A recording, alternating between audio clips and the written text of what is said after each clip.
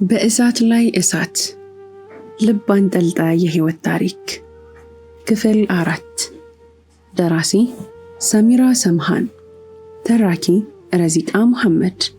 ለቻናላችን አዲስ ከሆናችሁ ላይክ፣ ሼር እና ሰብስክራይብ በማድረግ ቤተሰቦቻችን እንድትሆኑ በአክብሮት እንጋብዛችኋለን። ጋዜጠኞቹ ጥያቄያቸውን እንደቀጠሉ ነው። በሃይማኖታቸው ጉዳይስ እንዴት ነው የሚቀጥሉት? ማለት አቶ አልጃን ሞንሴር እሱ እስልምናን ይቀበላል ወይስ ልጆት እሷ ማለትም ወይዘሪት ነስሊሃን ወደሱ ትሄዳለች? ጥያቄው የቀረበው ለአቢ ነበር። ቱግ ብሎ ከነበረበት የተነሳ ስለነበረን ቆይታ አመሰግናለሁ። እኔ ከዚህ በኋላ ልጅ የለኝም። እነሱ ስለሚኖሩትም ህይወት ሆነ ቀጣይ ስለሚሆነው ነገር ግድ የለኝም። እኔ ነስሊሃን የምትባልና በስሜ የምትጠራ ሴት የለችኝም። አበቃ። ተነስቶ ወጣ። አጎቴና ወንድሜም ተከተሉት። የካሜራው ቀረጻ እንዲቋረጥ ፔድሮ አዘዘውና ፈገግ አለ። ጨርቁንም ከማስጣል በላይ እንዳደረገ ተሰምቶት ልቡ በሐሴት ሞላች። ባለስልጣናቶችም የተወሰነ ነገር ብለው ሲሄዱ አልጂን እጅ ይለቀቀኝ። እንባይ ተሽጎዳጎደ። ምን ውስጥ ነው የገባሁት? አባቴንም አሳጣችሁ። እንደዛ ነው? ግደለኝ። በቃ ልትገሉኝ አልነበረም? ግደለኝ። ምንም አልፈልግም። ከዚህ በኋላ ምንም ነገር አልፈልግም። አንድ አባቴን አሳጣችሁ። እንዴት ይገርማል! ይሄ ሁሉ ለእኔ ከሞት በላይ ነው። ግደሉኝ። የክፍሉን በር እየደበደብኩኝ ያልኩት ነገር አባቴን አሳጣችሁኛል። የበሩን ቁልፍ ተሽከረከረ። የዛን ሰዓት ወደ ኋላ እያፈገፈኩኝ ወደ ክፍሉ የሚገባውን ሰው መጠባበቅ ጀመርኩ። አልጂን ነው። ግደሉኝ እንጂ ከዚህ በላይ ሰዓት አትውሰዱ አልኩት። አንቺ ሞትን ስለተመኘሽ ብቻ ከሞት ጋር የማገናኝሽ ይመስልሻል? ሁሉም የኔ ውሳኔ ነው። ወገቤን ይዤ ወደ አልጋው ሄጄ ተቀመጥኩ። እና ውሳኔ ምንድን ነው? እኔም መግደል አይደለም በሚል ጭንቅላቱን አንቀሳቀሰና ከእንግዲህ የኔ ሚስት ልትሆኝ ነው። ከት ብዬ ሳኩ። እንባ የተቀላቀለበት ሳቅ። እኮ እኔ ያንተ ሚስት? ወይኔ ሰው መሆን! እኮ እኔ ያንተ ሚስት ልሆን? ኢላሂ፣ ቀልዱን ትቀልዱት የለም እንዴ? ቀልዱ ያለው እናንተ ጋር ነው። እያዘዝኩሽ እንጂ ፍቃድሽን የጠየቅኩሽ አይደለም። አልገባኝም። እኔም የማስረዳት ግዴታ የለብኝም። እና እኔ እንደዛ ማድረግ አልችልማ። የመጀመሪያ ነገር ሃይማኖት የሚባል ነገር አለ በእናንተ አስተሳሰብ ስር እንጂ ሃይማኖት ስር አይደለም የምኖረው፣ የማምነውም ጭምር። ሲቀጥል እኔ እንዳንተ አይነት ወንድ የማገባ አይነት ሟች ሴት አይደለሁም። ምን ሰምተኸኛል? የመድገም ግዴታ ደግሞ የለብኝም። አንቺ እኔን እንደ ልብሽ እንድትናገሪ ማን የፈቀደልሽ?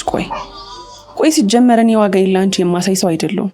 ሲቀጥል ደግሞ ይህንን ምላስሽን መሰብሰብ የማትችይ ከሆነ ውሳኔ አንቺ ነው። ያከበርኩሽ መሰለኝ። ይህን ሁሉ ቀን አይ ካልኩ ምን? በጥፊ አዞረኝ። እንዴት እንደደነገጥኩ! አሁን እኮ ሊሆነን ይመስለኛል። ሴትነትሽን እንደ ዝቅታ ሳይሆን እንደ ክብር በማየቴ ስህተት የሰራው እየመሰለኝ ነው። አሁን ቀጥ ብለሽ ውጪ። አንገቴን ደፍቼ ወጣሁ። ወደ ሳሎን ክንዴን ጨምድዶ ደረጃውን እየገፈተረ አስወረደኝ። አንድ መሃል አናቱ ላይ ትንሽዬ ኮፍያም አይሉት ጨርቅ ያደረገ ሰፊ ልብስ የለበሰና በአንገቱ ላይ 3 መስቀል የተንጠለጠለበት ሰው ተቀምጧል። ምን እየተካሄደ ነው? አልገባኝም። ቤተሰቦቹ መጀመሪያውንም ተስተካክለው ተቀምጠዋል።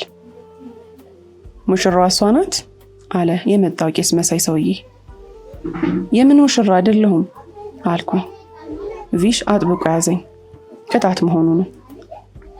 የቪሽ ነፍስ አባት ኑዛዜ ዝም ብሎ የሆነ ነገር ሲያነበንብ ቆየ። ለ5 ጊዜያት በአይኑ የተመለከታትን ባዕድ እንስት የእሱ ትሆን ዘንድ ብዙ ነገር ከአንድ አሮጌ መጽሐፍ ልበልላችሁ። ብቻ መጽሐፍ ለነሱ የተለየ መጣሪያ ይኖረው ይሆናል። ተነበበና አንድ ወረቀት ላይ ፈርሙ ተባልን። እሱ ቀድሞኝ ፈረመ። እኔም ዝም አልኩኝ። ፈርሚ እንጂ አለ ፔድሮ። ጭንቆላችሁን ወደዛ በሉልኝ፣ እኔን አይመለከተኝም። ቪሽ ዘሎ አነቀኝ። የነፍስ አባቴን ነው ጠንቆይ የምትዩ? ትፈርሚያለሽ ወይስ አትፈርሚም? ሙሉ ቤተሰቡ ግርግር ፈጠረ። ተዋት፣ ልቀቃት! አረ በቃ ተዋት! እናቷ አስለቀቀች። አይኔ ቀላ። እላይ በላይ የሳልኩኝ ብዙ ቆየው። ውሃ አምጥተው ትንሽ ከተረጋጋሁኝ በኋላ በድጋሚ ያ ወረቀት ፈርሚ ተባልኩኝ። ፈረምኩ። ቪክቶሪያ በሆነ ጨርቅ ላይ 2 ቀለበት ይዛ መጣችና እሱን በጣቶቻችን ላይ ተደራረግን። ምሽት ላይ ኢሻ ሰላት እየሰገድኩኝ እንዳለ አንድ ዘፈን የሚመስል በሙዚቃ ባንድ የታጀበ ድምፅ ከግቢ ውስጥ መሰማት ተጀመረ። እዛው ላይ በጎን የተኛውና ማሰብ ጀመርኩ። በዚህ መሃል ነበረ በሩ የተንኳኳው። ይግቡ አልኩኝ። ብዙም ግድ ሳይሰጠኝ ጀርባዬን አዙሬ ነው የተኛሁት። እንባዬ ወደ ጎን ይወርዳል። ወርዶ እስከ መስገጃው ያነጠፍኩበት ልብስ ላይ የወረደ ተጠራቅሞ የራሱን ባህር መሰል ፈሳሽ መፍጠር ይዟል። በተደጋጋሚ በለበስኩት ሹራብ እጀታ እየጠረኩት ቢሆንም ደርሶ ግን ይፈሳል። እመቤት የሰርግ ቀሚስሽ መጥቷል እና ለብስሽ ነው አለች። አልለብስም። እኔ አሻንጉሊት እመስላለሁ? ይልቅ ለእኔ ለማምጣት ስታስቡ ላራቆታችሁት አሻንጉሊት ወስዳችሁ አልብሷት። እየተንሾካሾኩ ወጡ። ተነስቼ በሩን ዘጋሁትና አልጋ ውስጥ ገብቼ ተደፍቼ ተኛሁ። ከደቂቃዎች በኋላ በሩ በምት ተከፈተ። ማን እንደሆነ መገመት ቀላል ነው። አልጂን። ሴቶችን አታስቸግራችሁ፣ የሚሉሽን አድርጊ አለኝ። ዝም አልኩት፣ እንደዛው እንደተሸፈንኩ። እንዳልተኛ ሻውቃለሁ። ቀስ ብሎ ያልጋ ልብሱን ሲጎትተው እግሮቼን አጣጥፌ ተቀምጬ ነበር። አይኔን እንደገለጥኩ ነው ያለሁት። እንባዬ ይፈሳል። ከመጀመሪያው ጩኸቱ መለስ ብሎ ለብሰሽ ጠብቂ ወጣ። በድን መሳይ ሰውነቴን እየጎተትኩኝ ተነስቼ ከመስታወቱ ፊት ለፊት ባለው ወንበር ላይ ተቀምጬ እንደሚሉት ሆንኩላቸው። ጸጉርሽስ አለችኝ። አንደኛዋ ግለጪ ማለቷ ነው። አይ እንደዚህ አይነት ቀልድ አይመቸኝም። በመገላለጥ ጉዳይ መጥቶ የፈለጉትን ማድረግ ይችላሉ አልኳት። እሺ በሚል ራሳቸውን አነቃነቁና ወጡ። መጣ። በሩን ከፈተውና በመስታወቱ አሻግሮ እየተመለከተኝ ፈገግ አለ። እኔ ደግሞ ቀጥል። ግን ምን ትርጉም አለው? የሆነ የማይገባ ጭፈራ ይጨፍራሉ። ባለስልጣናት መጥተዋል። ከጥግ እስከ ጥግ መጠጥ የተቀዳለት በኩራት ለሚራወጠው ፔድሮ ብዙ ሰዎች አሉት። ለሰዓታት ሳያቸው ቆየሁ። በግምት የሌሊቱ አጋማሽ ላይ ይመስለኛል።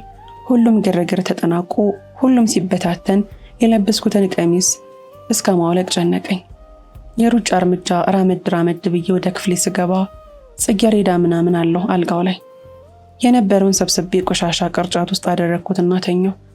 ንጋት ላይ እንደተለመደው ጥግ ላይ ሰግጄ ወደ መስኮቱ ሄጄ ተቀመጥኩ። አሁንም እየደጋገምኩኝ የምለው ነገር ያ አላህ፣ ሁሉንም ነገር አንተ ታውቃለህ። ስህተት እንደሆነም አውቃለሁ። ነገር ግን ምህረትህን አትንፈገኝ። አልጂን እዚህ አላደረም። እሱንም ስላላየሁት ተረጋግቻለሁ። ይህንን ከራሴ ጋር ከማለቴ ወዲያው በሩ ተከፈተ። ራሱ ነው። እድሜው ረጅም ነው አልኩኝ ለራሴ። እንደደከመው ያስታውቃል።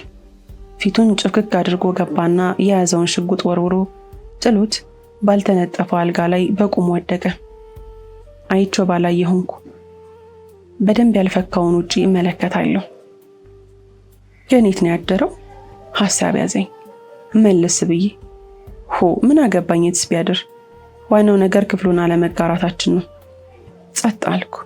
ኻዲማቸው በሩን አንኳኩታ ቁርስ ደርሰዋል አለች። ምንም መልስ አልጠብቅ ሄደች። እኔም ከነበርኩበት ሳልነሳ የቁርስ ሰዓት አልፎ የምሳ ሰዓት ደረሰ። በዚህ መሃል ነበር አልጂን የነቃው። አድካሚ ሌሊት ነበር ሲል ዞር ብዬ አየሁትና ዝም አልኩ። ታውቂያለሽ፣ በእድሜ እንደ ትላንቱ የተሳካ ግድያ አላደረግኩ አለኝ። ክው ብዬ አሁንም ዞርኩ። አየሁትና ተመልሼ ወደ መስኮቱ ልቤ በድንጋጤ መምታት ጀመረ። አሁንም ቆይቶ ለምን ዝም ትያለሽ? እንደ ባል ያደረኩትን የተረኩልሽ እኮ ነው። በህይወቴ እንደዚህ ግልጾኛ አላውቅም እኮ አለኝ። ሳቂ መጣ። ሳቂ ደርሶ ደግሞ ህይወቴን አስቤ ለቅሶ የተቀላቀለ ስሜት። ታዲያ እኔ ምን አገባኝ? እንደ ደህና ስራ ገደልኩ ስትል ተነስቼ ማጨብጨብ ነበረብኝ? አይ ታዲያ ለምን ትነግረኛለህ? ቢያንስ እንደ እናቴ ሆኜ። እናቴ አባቴ ምንም ነገር ቢያደርግ ከጎኑ እንደሆነች ትነግረዋለች። ስለዚህ እኔ ምን ይመለከተኛል? ሚስቴ የተባልኩት እኮ እዛ ብጣሽ ወረቀት ላይ እንጂ ከንቱ ህይወትህ ላይ አይደለም። ሲቀጥል እናትህ ብዬ የሚመጣብኝን ሳስበው ዝም አልኩ። እናቴ ምን? አሁንም ዝም አልኩ። ንገሪኝ እንጂ እናቴ ምን? ይህንን ሲለኝ ወዲያውኑ በሩ ተከፍቶ ራሱ እናቷ ቪክቶሪያ የኔ ልጅ ጫጉላችሁ የት እንደሚሆን ከአክስት ጋር የተነጋገርን ነው እና ወደ ታች ወረድ፣ አንቺም ነይ አለችኝ። ሁለተኛ ፌንት የሚያሰራ ጡዘት። ጄኔቫ፣ ሚላኖ፣ ሚላን፣ ሚያሚ የጫጉላው ሽርሽር የሚዘጋጁበት ቦታዎች ዝርዝር ነው እና ቪክቶሪያ የት ይሆን ብላ ጥያቄ አነሳች።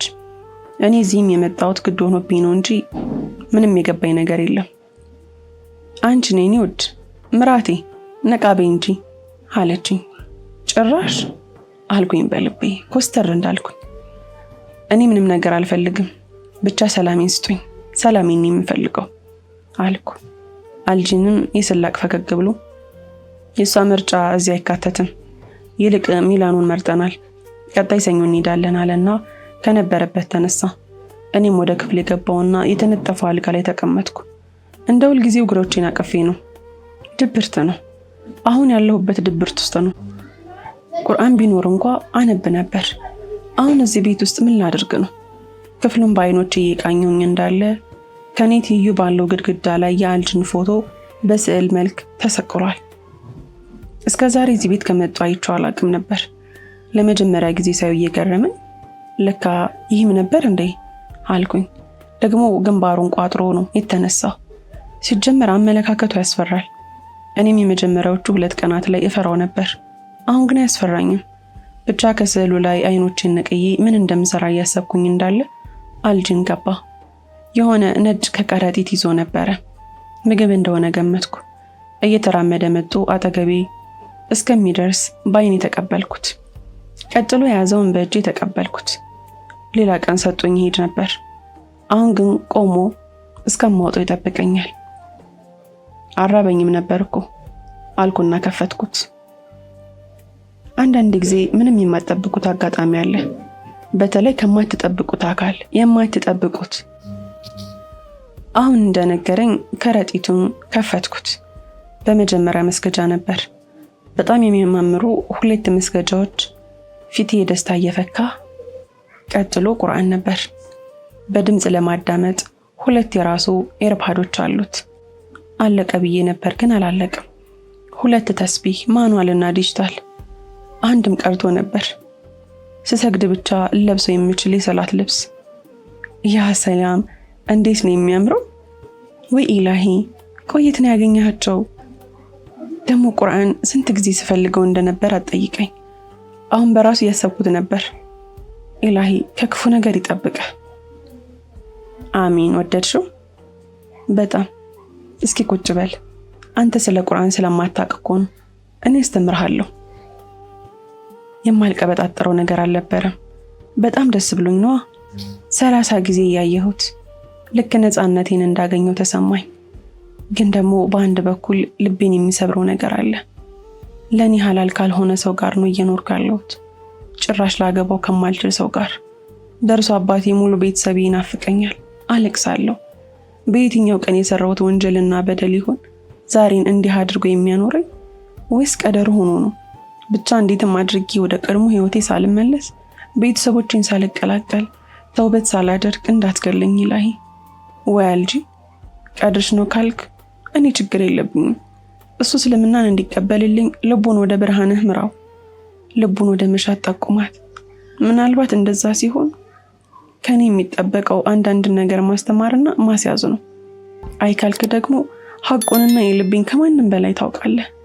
እኔ አባቴን የሚመስል ከአባቴ ጋር የዋለ እንጂ አልፈልግም። ዱዓ አድርጌ ቁርአኑን ኤርፓድ ጆሮዬ ላይ ሰክቼ ተኛሁ። አቤት ያለው ስክነት፣ ያለው መረጋጋትና ደስታ። አይኖችን ጨፍኜ ያዳመጥኩኝ እንቅልፍ ይዞኝ ሄደ። በአንድ ጎኔ ለረጅም ሰዓት ስለተኛው የመዛልና የድካም ስሜት ነበረው። ወገቤ ላይ እንደ ብረት ዘንግ ያረፈብኝ ከባድ ነገር እንዳለ ይሰማኛል። ስለዚህ ባልተኛውበት ማለትም በቀኝ ጎኔ ዞርኩኝ። አይኖቼ በእንቅልፍ አባብጠዋል። ልገልጣቸው አልቻልኩም እና የሆነ ሰው እንደማየኝም ተሰማኝ። ግንባሬ በግራ መጋባት እየተቋጠረ አይኖቼን ስገልጥ አጅሮ ያቅፎኝ ፊት ለፊቴ ተኝቷል። እንቅልፍ አልወሰደውም፣ እያየኝ ነው።